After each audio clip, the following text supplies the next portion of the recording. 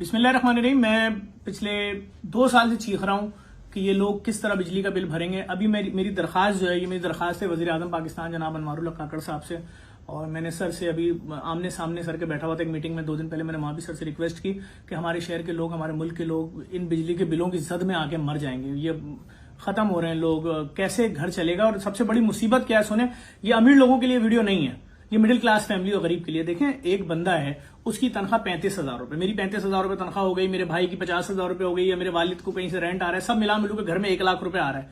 अगर 1 लाख रुपए आ रहा है, 120 गज का घर है और उसमें 3 खानदान रह रहे हैं और उसका बिजली का बिल 1.5 लाख रुपए आएगा, तो ये पूरा घर मिलकर 50,000 का मखरूज हो जाएगा सिर्फ बिजली के बिल में। उसके बाद उनका खाना पीना, राशन, बच्चों की फीसें, इलाज मुआवजा, ये कैसे होगा। हमारे पास दरखास्तें आती थी राशन की, हमारे पास दरखास्तें आती थी मां बीमार है इलाज करा दो, अस्पताल में एडमिट है, जिस्म का ये हिस्से का टेस्ट कराना है, ये बीमारी, ये मुसीबत, घर से मालिक मकान ने निकाली। अभी हर एप्लीकेशन बिजली के बिल की है। आज जेडीसी के शहर में अगर गिनने जाएं तो 10-12 तो डायलिसिस सेंटर चल रहे हैं, फिर फ्री लैब है, फ्री थैलेसीमिया सेंटर है, फ्री ब्लड बैंक है, यतीम खाने हैं, ओल्ड एज होम है, दस्तरखान है, फ्री रेस्टोरेंट है, पता नहीं क्या क्या है। आइए मैं आपको सिर्फ एक सेंटर का बिल दिखा रहा हूं जिसको मैं नहीं समझ पा रहा, तो ये आवाम क्या समझेगी।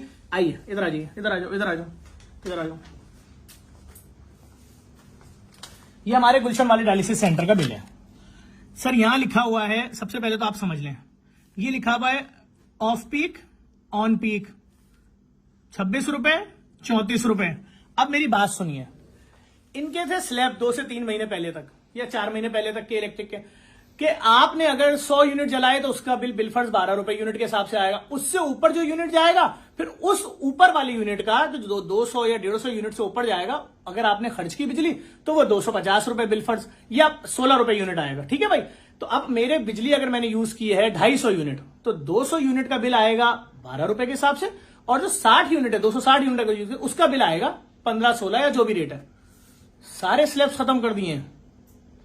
अब जी आपने अगर इतना बिजली यूज की तो ये रेट है, और अगर इतनी यूज की तो टोटल बिल आपका जो है उस पर टोटल ये सारा चार्ज होगा। अब वो क्या चार्ज होगा, इधर आइए मैं आपको समझाऊं। ये लिखा हुआ है जी 28 रुपए, ये 3 फेज मीटर है क्योंकि यहां डायलिसिस की मशीनें लगी हुई। ये है 34 रुपए। पहले हम इसका एवरेज निकाल लेते हैं। आइए 28 प्लस 34 डिवाइडेड बाय 2, तो एवरेज निकलना है 31 रुपए। ऐसे ही है ना, 31 रुपए निकलना चाहिए। इधर आइए, अब हम देखते हैं हमारा बिल कितना आया है। हमारा बिल आया है 2,09,159 209,159 डिवाइडेड बाय यूनिट कितने हैं भाई, यूनिट है 4676। तो हमसे तो बोला जा रहा है कि यूनिट आपसे हम चार्ज कर रहे हैं 31, यहां आ रहा है 44। अच्छा भाई, और देख लेते हैं क्या फिल्म चल रही है हमारे साथ जी। ये आ गया बिल कब का भाई, पहले तो ये देख लो भाई आप लोग, इसकी डेट कहां लिखी होती है, ये ना, ये जुलाई 2023 का बिल है। अब जी हमसे क्या कह रहे हैं, हमसे कह रहे हैं जी अगस्त 2022 और से अगस्त 31 अगस्त, पहली अगस्त 2022 से 31 अगस्त 2022 तक का, तो आप सबसे पहले दे दीजिए फ्यूल चार्जेस एडजस्टमेंट। अच्छा भाई, क्या लेना चाह रहे हो, 5,000 रुपए, 5,000 रुपए और 87 पैसा। अच्छा भाई ठीक है। फ्यूल चार्जेस एडजस्टमेंट मई 2023, क्या लेना चाह रहे हो भाई, फिर 5,100 रुपए। फिर एडिशनल सरचार्ज, ये क्या है भाई, एक 5,000 और लगा हुआ, लेकिन ये मुझे समझ में नहीं आ रहा है क्या है, किस चीज का है भाई। जब ये 2 लाइनें लिखी हुई हैं तो इसके अंदर 2 अलग अलग पैसे क्यों लिखे हुए। अच्छा भाई, अब आ जाइए एडिशनल सरचार्ज PHL 15,000 रुपए। फिर एडिशनल सरचार्ज PHL, ये हाईलाइट नहीं है लेकिन बारीक लिखा हुआ है। अच्छा भाई, फिर दोबारा आ जाइए 3,000 रुपए। फिर एडिशनल सरचार्ज PHL न्यू 12,000 रुपए। Electricity charges 1,62,000। इलेक्ट्रिसिटी ड्यूटी 2,436 रुपए। इनकम टैक्स 14,000 रुपए। सेल्स टैक्स 29,000 रुपए। टीवी की फीस 35 रुपए। टैक्सेस एंड ड्यूटीज सब मिला के 46,000 रुपए। मेरा यूनिट मुझे कितने का पड़ा, 44 रुपए का यूनिट है, जो हम फ्री में डायलिसिस सेंटर चला रहे हैं। अच्छा भाई इधर आ जाइए, एक सेंटर का बिल 2,09,000।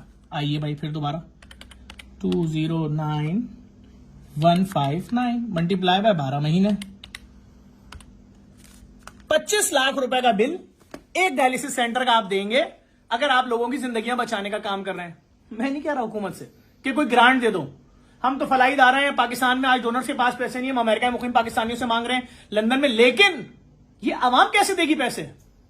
ये बात करने वाली है भाई। आप हुक्मरान जो भी हैं, देखें अभी मैंने जो ये इंटर्म गवर्नमेंट आई इसमें मैंने बहुत सारे ऐसे वजीर वजुरा देखे हैं जो आम आवाम में से, अच्छी बात है, लेकिन जो हमारे दीगर हुक्मरान हैं उनको ये सोचना चाहिए, सियासी पार्टियां नहीं बोल रही आवाम के लिए, मुझे नहीं मालूम क्यों नहीं बोल रही।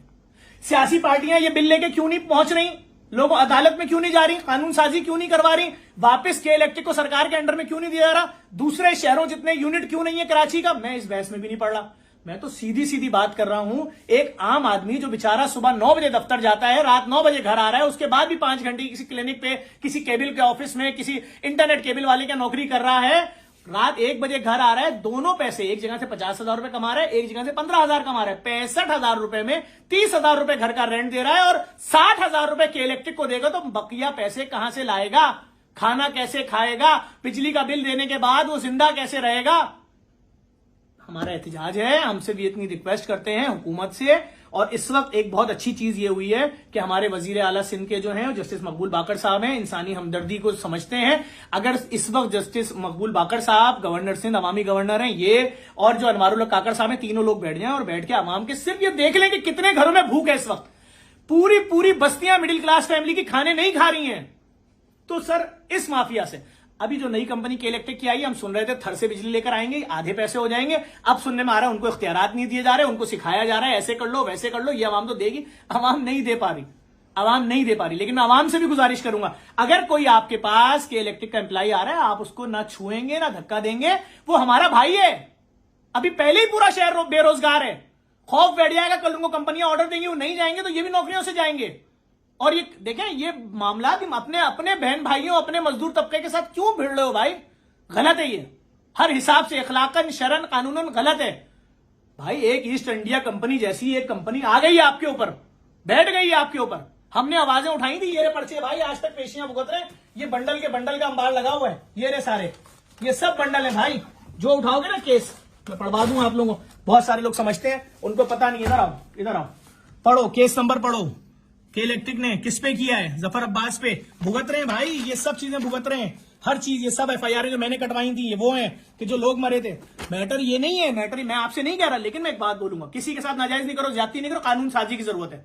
हमारे सियासतदान क्यों खामोश है मुझे नहीं पता, आपका राइट है, आप पूछें कि भाई आज तो आपके ट्विटर अकाउंट भी हैं, फेसबुक अकाउंट भी है, इंस्टाग्राम भी है, वो चलाने वाले लोग भी हैं, टिकटॉक पे भी आप सब लोग हो, हर जगह हो, लेकिन अवाम पर ये जो जुल्म हो रहा है इस पे आप खामोश क्यों है भाई? क्यों खामोश हो भाई? नहीं वो हमारी पार्टी में तो फला एक आदमी ने बोल दिया, क्यों सब क्यों खामोश हो भाई? और अगर कोई जालिम इदारे के साथ पार्टनरशिप पे काम कर रहा है, एहतजाजन छोड़ो काम भाई, कि मैं अपनी सारे ये काम छोड़ रहा हूं आपके साथ, क्योंकि आपकी वजह से मेरी कौम भूखी सो रही है, पाकिस्तानी भूखे सो रहे हैं, कराची के लोग भूखे सो रहे हैं। लेकिन ये बहुत बड़ी मुसीबत बन गई है। मैं एक फलाई धार हूं, मैं क्यों झूठ बोलूंगा? मैंने तो आपको अपना दर्द दिखाया कि एक डायलिसिस सेंटर का 25 लाख रुपए, जहां पे लोग मुफ्त में आके डायलिसिस कराते हैं, लाओ 25 लाख मल्टीप्लाई बाय 12 सेंटर, लो भाई, यानी कि सिर्फ 30-35 करोड़, 3 करोड़ रुपए तो सिर्फ डायलिसिस सेंटरों का बिजली का बिल दें आप। फिर यतीम खाने, ओल्ड एज होम और जितने भी centre, IT city, education centre, IT labs, मरीजों की लैब जो पाकिस्तान की सबसे बड़ी बनाई है, जिसके अंदर मरीजों का खून का टेस्ट ही फ्री होगा, उन टेस्टों के खर्चात 6 करोड़ रुपए बर्दाश्त करें महीना के, इनको दें करोड़ों रुपए। ये तो हम रो रहे हैं कि जिनकी आवाज 2-4 लोग शायद सुन लेते हैं। आम आदमी किसके पास जाएगा यार? सफेद पोश लोग आ रहे हैं, बीवी बच्चों को लेकर आ रहे हैं, हाथ जोड़ लेंगे, सिर्फ ये बिल दे दे, मैं डिप्रेशन का मरीज हो गया हूं, मेरा दिमाग काम नहीं कर रहा है उनके। अच्छा, आपने बोला हुआ है कि महीने के अंदर अगर आपके यूनिट इतने होंगे तो ये पैसे हैं, और अगर इससे ऊपर गए तो इतना चार्ज हो जाएगा आपके ऊपर टोटल बिल। और अगर आपका मीटर रीडर ही 4 दिन लेट आ रहा है और महीने के एंड पर 30 दिन में मेरे यूनिट बन रहे थे 200 और आपका रीडर जिस दिन आया उस दिन हो चुका था 218, तो अब मेरा पूरा बिल 218 वाले रेट में लगेगा। क्यों? तो आवाम के साथ ये खेल कब तक चलेगा?